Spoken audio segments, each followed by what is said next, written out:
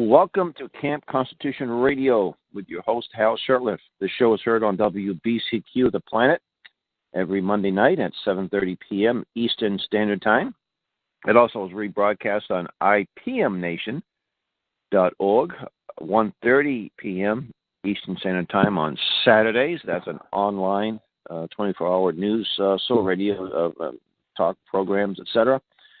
And you will also find the shows on YouTube, Camp Constitution's YouTube channel, which we encourage listeners to subscribe. Not only do we have the radio show, but we have many other programs, a lot of videotapes of our classes at Camp Constitution, some of the things we do year-round. The show is brought to you by Camp Constitution, which, among other things, runs a weekend, a day-long family camp. And we also have a Speakers Bureau. I'd like to talk a little bit about that, too. We started the Speakers Bureau, probably in the fall of last year, 2016. And if you go to our website, you'll see a little drop-down for the Speakers Bureau. One of the things I've noticed about many groups, patriot groups, Tea Party groups, they have regular meetings, but they don't always have an agenda. And when they do have speakers, they're usually just people that sort of speak off the cuff. They're not regular people with a prepared program. And not just the speech, but then what do you do about it? Here's a program, here's a speech on a topic, then there's got to be some kind of follow-up course of action. And we know that our speakers not just tell some bad news or maybe some good news, but also this is what you folks at this group need to do about it. And we're very proud that we have people like Dr. Duke Pesta, who's an expert on Common Core. We have Tom DeWeese, an expert on Agenda 21. And then we have Reverend Stevie Kraft, who's been a regular. All these folks, by the way, have been guests on the show at one time or another, sometimes on a regular basis. Reverend Stevie Kraft, who his focus is morality and freedom, but also he's adding a program or a speech called Color, Communism, and Common Sense. We discussed this probably about a month and a half ago when, thanks to Reverend Kraft, we reprinted something that's been long out of print, a book called Color, Communism, and Common Sense by Manning Johnson, a former black communist who left the party in disgust and went out to expose the Communist Party. And he wrote this only about 80 pages back in 1958. And we put it back in print. It was reprinted by a few other entities. You can also go to manningjohnson.org, and there's a website. I'm not sure who created it, but it has a copy of the book in PDF format, along with a speech he gave prior to his fatal accident, car accident. And it was thought that he may have been bumped off by the communists, murdered, but others say no, it was a legitimate car accident. And accidents do happen sometimes, and not everything is planned and arranged. But anyway, we did reprint that book, and it's available through Amazon. We do have a bookstore, a book front, and we got to tweak it a little bit. We're adding things as we can on the site, and we hope to get that up and running. It is up and running, but we want to improve it to get many more people purchasing materials from us on a regular basis, which of course helps fund the program. Well, one of the speakers that we just added to our group, our Speakers Bureau, was Father Michael Carl. Michael Carl was a former freelance journalist for the WorldNet Daily, and he was a guest on the show, 6 months or so, maybe longer than that. And we were very pleased to sponsor a program just a few days ago in Troy, New Hampshire. It was entitled The U.S. Constitution versus Sharia Law. And the topic was, is Muslim Sharia law compatible with the U.S. Constitution? And that presentation was uploaded on our YouTube channel just yesterday. So I would encourage people to go to that channel and not just watch the video, but pass it along, forward it, and get other folks to see it. And if you're interested in hosting Father Carl or any other of our speakers, just contact us. And this is what we try to do. Some speakers are more regional and some are national. But whatever the case may be, what we simply just contract with the individual speaker, whatever that expenses may be incurred. In some cases, we won't charge anything. Some cases, if we have to fly out and obviously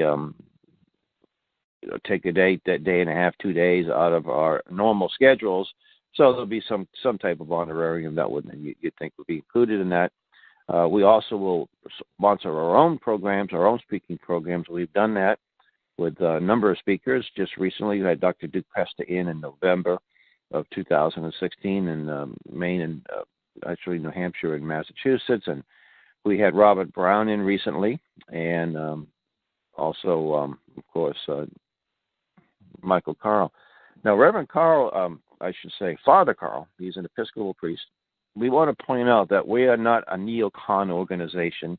We're not advocating a secular holy war against a Muslim, but we do believe that as a sovereign nation, the United States has the right and an obligation to allow in this country those that we want in, and not anybody.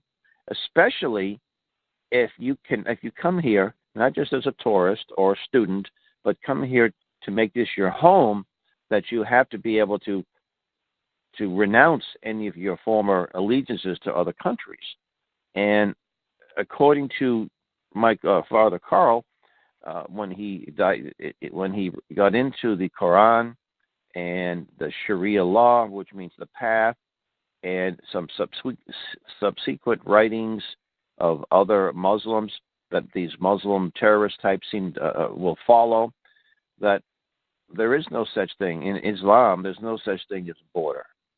So they couldn't honor the Constitution. If you are actually advocating, if you are a Muslim by the book, by the Quran, that you cannot be a constitutionalist. You could not take an oath to defend the Constitution without lying. And he pointed out, too, that the Muslims, there's a term for that, which you'll find in the video. I would have to say that video, you'd have to watch it a number of times to really get the gist of it. If this is all new to you, to understand what's being said, it would require several viewings. And if you're interested, if you watch the video and interested in some of the PowerPoint slides, you can contact me. And the best way to do that is through the website, campconstitution.net, or you can go on Facebook, our Camp Constitution Facebook channel, or on the YouTube video, if you make a comment and say you'd like to be contacted, we'll be happy to do that. You can get us whole. I think I did have my phone number and my email address on that YouTube in the comments section, so you can get a hold of me that way if you're interested in getting some of the slides. One of the things that's always fascinated me is how the American left, the liberal, the secular left, as well as the so-called religious left, how they have embraced Muslims.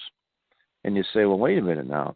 The average liberal Christian believes in abortion, promotes homosexuality, and they advocate what they call women's rights, and these other issues, which is just the opposite of what Muslims believe. And you say, well, what's the issue here? I mean, a conservative Christian would say homosexuality is a sin, but we don't advocate throwing people off roofs. We advocate repentance, changing. We say, look, you already have rights under the Constitution, that your rights are protected, but we don't think you have special rights. And we don't think that what you're doing should be embraced and encouraged and supported. The Muslims say, we'll chop your stuff off and we'll throw you off roofs. A Christian, in the Christian culture, women have been elevated. The Bible is quite clear on how we're supposed to treat women with honor and respect, and that doesn't happen in the Muslim in the Quran. Women can be beaten. In fact, the Father Carl made reference to a video on YouTube that it comes out of Egypt that tells you how to beat your wife. That's not. So you say, why is it? Why is the American left? You go past a Unitarian church, there'll be a rainbow flag and something like, we support our Muslim brothers. You see, I think these Muslims must think that they are the biggest suckers, the biggest fools and idiots out there. But I think the answer to that question is the Muslims and the American left have a common enemy. And that, of course, is us, conservative Christian types. Or, there are a lot of conservatives who aren't Christians, but the Christians, the traditional people who love our country, that's their target. And that's why they work together so well. And I don't think for a minute that the policies that allowed all of these Muslims into our country and into Western Europe are done by people who are stupid. There are a lot of stupid people and cowardly people who support this, but I don't think the people behind the scenes calling the shots, setting up the policies, the UN refugee programs, etc., are run by stupid people. They know exactly what they're doing, and what you see in Western Europe, and God forbid what you'll be seeing in the United States, if we don't stop this, is something that they want to happen, not something that is done because it's just so dumb and naive, and they don't really understand what's going on here. Now, I also need to point out that there's 1 billion Muslims or so in the world, and most of these Muslims do not want to blow you up, do not want to kill you, do not want to take over your country.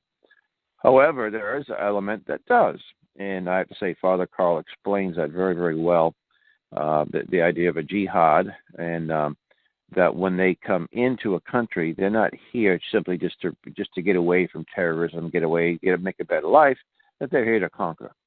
And they have time is on their side. It's not like they have a 4-year cycle until the next president's elected.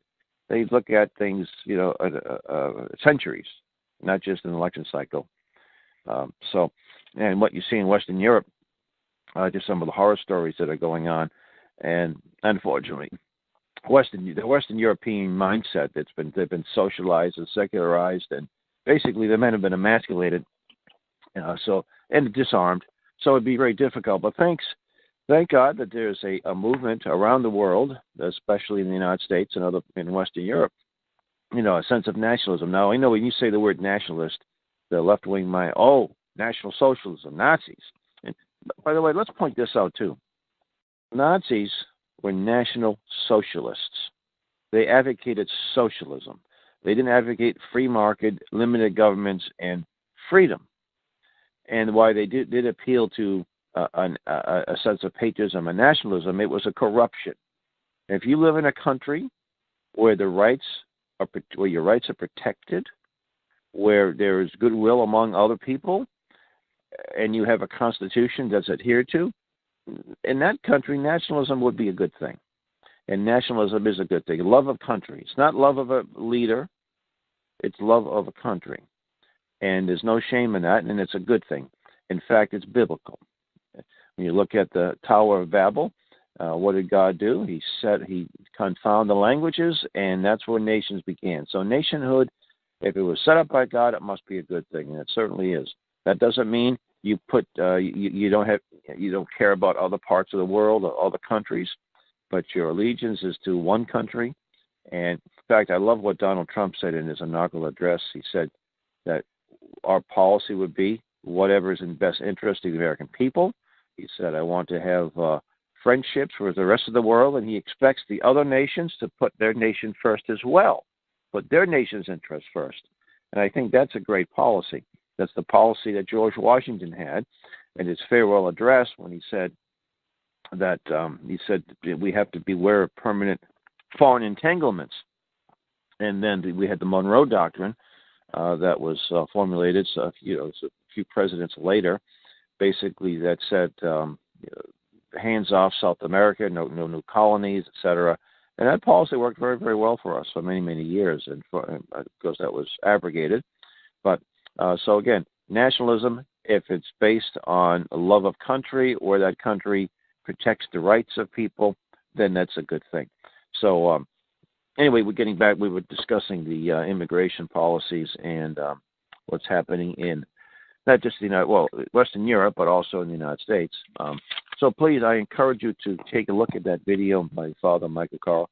And by the way, we were kind of busy last week. We had several radio shows in New Hampshire. There's a radio show in WSMN, which is a small AM station in Nashua. I've been on the air for many, many years. A lot of these towns used to have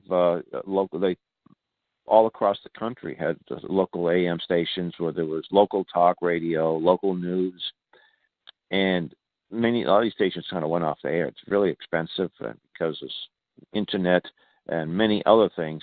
So it's nice to see a small station like this that stays vibrant. We also the name of the show was We Hold These Truths, which airs in Nashua, New Hampshire, on Tuesdays and Thursdays at 10 a.m. Eastern Standard Time, of course. Hosted by Karen Testament, who's a real good friend of Camp Constitution. So just a hats off to her. Actually, if you go to Karen has a website, karentestament.org, and on her website, you have some of the programs that are archived. There's another show that we got on is Gerard at Large, and that's based out of Manchester, New Hampshire. And if you can go to Rich Gerard's website, which is gerardatlarge.org or .com, and I think it's .org, and he has a weekly show, Monday through Friday, 3 hours a day. Boy, it's tough to do a half an hour a week. You want to have some fresh material, and you want to get a good listenership. Imagine doing it 3 hours a day, 5 days a week. But he has archived a lot of his shows, and I was on there for a short time promoting the event. But he also allowed me to host a show. It was December 27th, and that was a lot of fun. We had different guests at every half hour or so. We had different guests calling in. And also on our Speakers Bureau is Dr. Kishore. And last week, Doctor was hosting an event. He just relocated his National Library of Health and Healing. It actually was called the National Library of Addiction. But he thought, well, it's not about learning about addiction, it's learning how to cure addiction and stay healthy. So he thought, let's have a positive name. So he called it the National Library of Health and Healing. And it's up in Waldoboro, Maine. I say up, I'm in Boston. Of course, if you're listening to this and you live nearby the station, and it's down from you, south of you, if you're up in Monticello, or wherever you may be in the world. But Waldoboro is on the mid-coast Maine. It's about an hour from the hour's drive or so, maybe a little bit less from the state capital.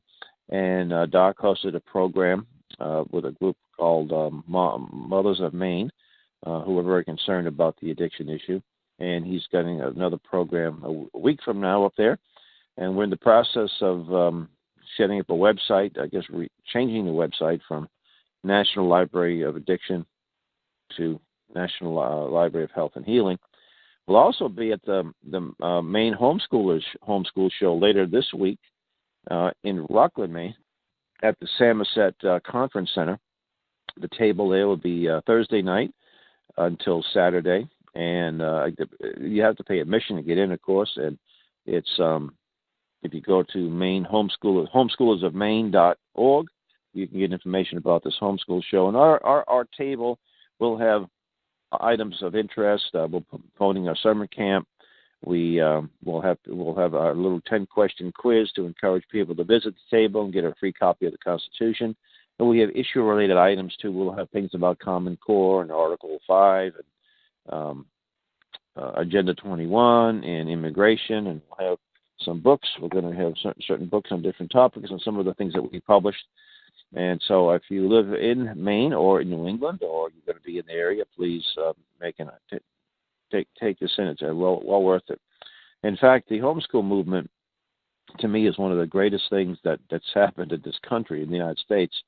And for other parts of the world, it's really tough to homeschool.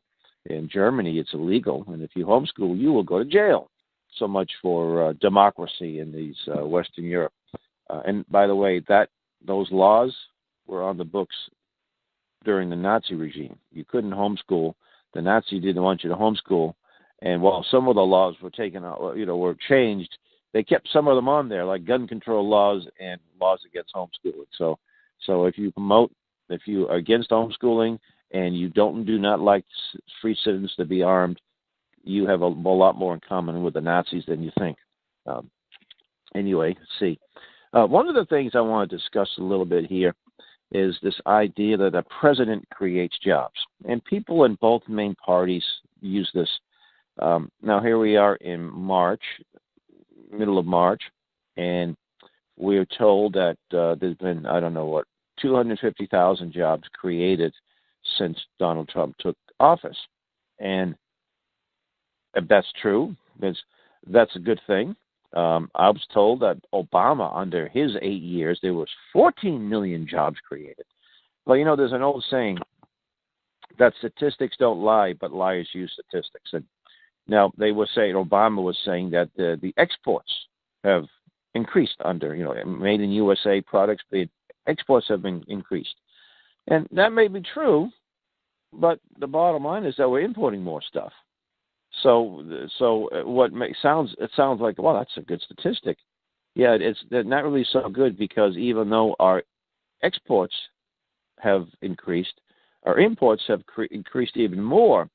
So giving us really lowering that percentage of. So you have to be very careful when it comes to statistics. But the bottom line is that a president, that's not his job description, to create jobs. Presidents, congressmen, politicians, the only jobs they create are the ones that when they expand the size of government. Now, in Trump's case, you have a cabinet. Let's say you have so many people, aides and so forth. You hire somebody, you created a job. That's a federal job or a government job. That's usually a drain on the economy. The president's job, as well as members of Congress, is sort of get out of the way and let free people create the jobs. And that's really what should be emphasized. When Obama passes these regulations, his administrative law that restricts the ability of people who own businesses or mine coal or whatever they do, you lose jobs. And so the goal is we shouldn't be saying that president's job is to create jobs. Well, under so-and-so's regime, there was so many jobs created. The bottom line is that it should be that the purpose of the president and his job is to get out of the way, to repeal, to lower the ability, repeal restrictions on the free market. So in Trump's case, he did that. He did repeal. He did have some laws or rules, not laws, but rules, EPA rules. And I think he also had executive order. He said something like, for every one new rule, you got to repeal 2. I thought, wow, that's great. So in that respect, he didn't really create the job. He just made the conditions where jobs can be created. So that's what I think we should emphasize, because creating jobs is not the president's goal. And there are a lot of things, like under Obama, we had all the gas exploration, and there's just lots of natural gas that is being discovered, and that helped a lot. It had nothing to do with Obama. And if Obama had his way, there wouldn't be any gas exploration, there wouldn't be any mining at all, and any other positive things. So I'm sure that there's lots of new bureaucrats that were hired under Obamacare, and to me, that's not a job that you want to brag about. That's not something that really helps the economy. It really hurts the economy. So, all right, what else? What else here? There's so many things going on around the world and in our country. But one of the things we discussed a lot on this show is the Article 5 convention, and we got about 5 or 6 minutes left on the show. Article 5 of the U.S. Constitution gives us 2 ways to amend the Constitution. And the founders, these great men who got together back in 1787 and wrote this Constitution, made it very difficult to amend the Constitution. It was done on purpose, because if it was an easy process, we would have so many. There's been literally hundreds, if not a few thousand, proposed amendments. Can you imagine if our Constitution had 1,000 amendments? It would be totally. It would have no relationship to the original Constitution. So that's why it should be a hard thing to do. So in order to have an amendment, you have to have Congress, both houses, to approve it, 2/3, which is really hard to do. And then it has to go to the states, and you need 3/4 of the states or state ratifying conventions to approve it. And then it becomes the law of the land. It's added to the Constitution. And since our Constitution was ratified in 1788, became enforced. The first president, of course, 1789. We've only added 27 amendments, and the first 10 of those amendments were added by 1791, the Bill of Rights. And the Bill of Rights did not increase the size of government. It simply pointed out what government couldn't do and what rights were retained by the people, by the states. And there were a few other amendments that were constitutional in the sense that they kind of fixed a few things. The president, during the choosing of the president, the guy who came in second place was the vice president, and that was changed by having a separate ballot, separate votes for president and vice president, and that was done by the 12th Amendment. And we had 3 amendments. The 11th Amendment dealt with Supreme Court jurisdiction, which probably something that had to be tweaked. So there was a purpose of that was to create some imperfections in the Constitution. So there was a couple of things that were sort of made a little better with those 2 amendments. It didn't really cause any drastic change or anything, just to make some improvements in the Constitution or where there were some flaws. And founders realized that and they said, "Hey, we may have made a few mistakes, so let's make it a way that we can correct these mistakes through the amendment process."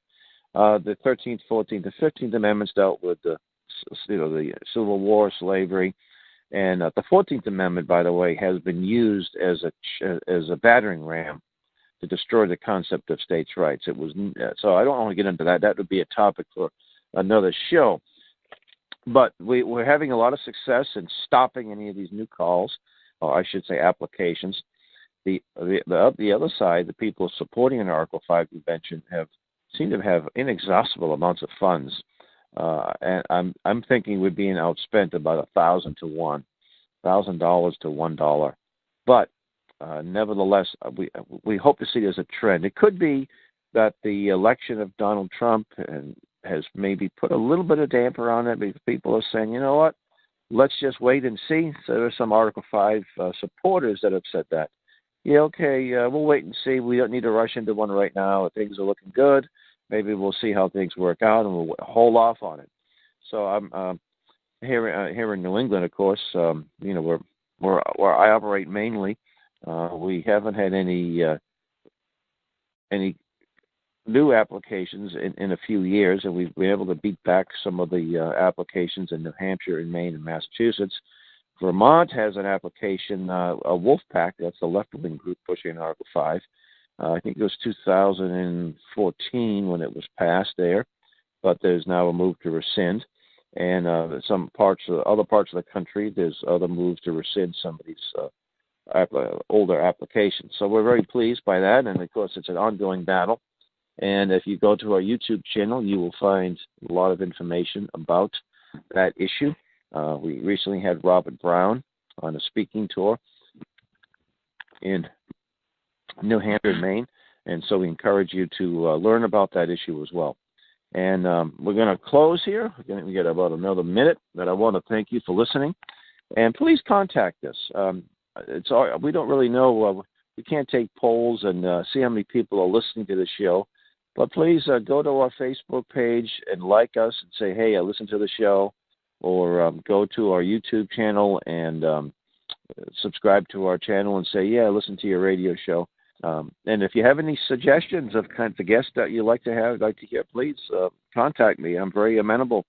One of the good things about having a radio show is that lots of people who may not really give you the time of day normally say, oh, you got a show. Yeah. Oh, I'll be happy to come on your show. And it kind of gives us a little more influence with people that we would like to get to know better. So thank you for listening. You've been listening to Camp Constitution Radio with your host, Hal Shurtleff. This show is heard on WBCQ The Planet every Monday night at 7:30 p.m. Eastern Standard Time. And until next week, God bless you.